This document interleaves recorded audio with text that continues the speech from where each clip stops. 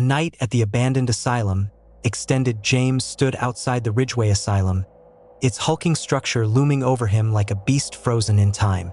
Cracked windows stared blankly into the night, and ivy crawled up the stone walls like skeletal fingers. The local legends were enough to scare off most people. Stories of patients who never left, doctors who performed unspeakable experiments, and shadows that moved when they shouldn't.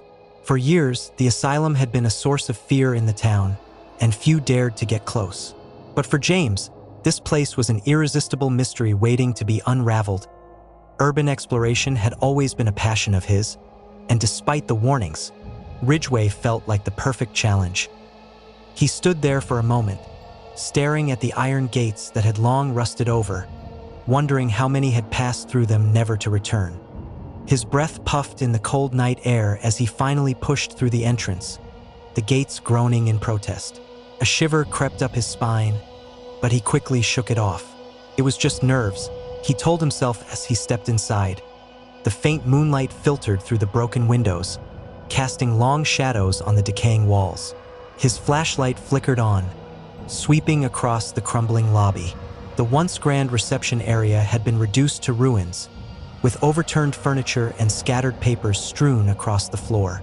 Faded hospital signs still clung to the walls, offering a glimpse into what this place used to be, what it had lost. The air smelled stale and thick, as if the building itself hadn't taken a breath in years. James moved deeper into the asylum, his footsteps echoing eerily in the silence. Every creak of the floorboards sent his heart racing, but he forced himself to keep going. His goal was the psych ward, the place where the most dangerous patients had been kept. According to the stories, some of them had never been allowed to leave, physically or otherwise. The hallways seemed endless. Rusted gurneys lined the walls, their wheels squeaking as the wind howled through the broken windows. Old wheelchairs sat abandoned in corners, like relics from another time. Occasionally, he'd pass by rooms filled with shattered glass and disintegrating medical equipment. Every room told a story, but none of them good. As he made his way through the asylum, something strange began to happen. At first, it was subtle, the feeling of being watched, the hairs on the back of his neck prickling for no reason. But soon, it became impossible to ignore. He started hearing things, faint whispers, like someone was speaking just out of earshot. When he shone his flashlight down the dark corridors, he swore he saw shadows darting just beyond its reach. James pressed on, chalking it up to his imagination. But then he heard it, a sharp, distinct footstep that wasn't his own. He froze, heart pounding. The sound came again, this time closer, followed by a soft tapping, like fingernails against metal. He spun around, sweeping his flashlight down the corridor behind him. Nothing. The hallway was empty. He told himself it was just the wind playing tricks on him, that old buildings made noises, but the sound persisted. Each step he took was met with the same soft footfalls, mimicking his own. It wasn't until he reached the door to the psych ward that the sound stopped. The door stood slightly ajar, and for a moment James considered leaving. The oppressive feeling of dread was almost unbearable now, but he had come too far to turn back. With a deep breath, he pushed the door open.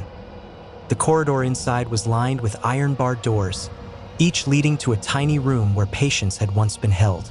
The walls were covered in graffiti, names, dates, and strange symbols etched into the paint as if the walls themselves were crying out for release.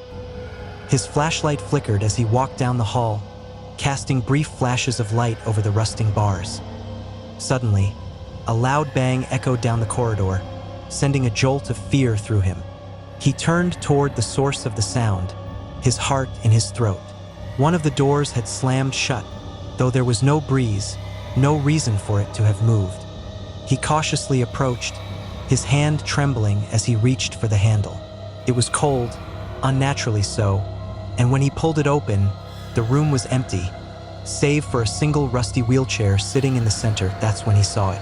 Out of the corner of his eye, something shifted in the far corner of the room. At first, it was nothing more than a shadow, but as he stared, it grew more defined.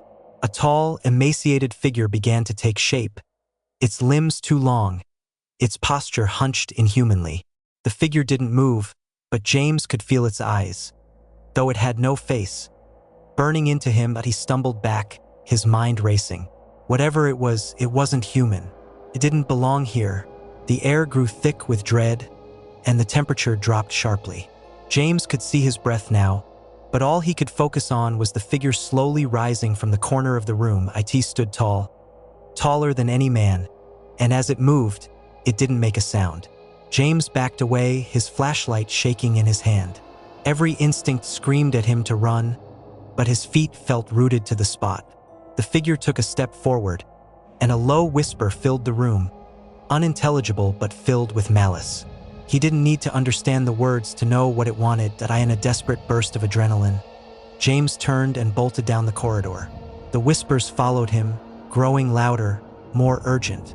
He didn't dare look back. He sprinted through the asylum, his breath coming in ragged gasps as the sound of footsteps echoed behind him. Finally, he reached the main entrance and burst through the doors, collapsing onto the overgrown lawn outside. The asylum loomed behind him, silent once more, but James knew the truth. Whatever was inside that building wasn't just a shadow of the past. It was something alive, something that had been waiting for years, and now it had seen him. Shaking, James got to his feet and stumbled toward his car, casting one last glance at the asylum before driving away.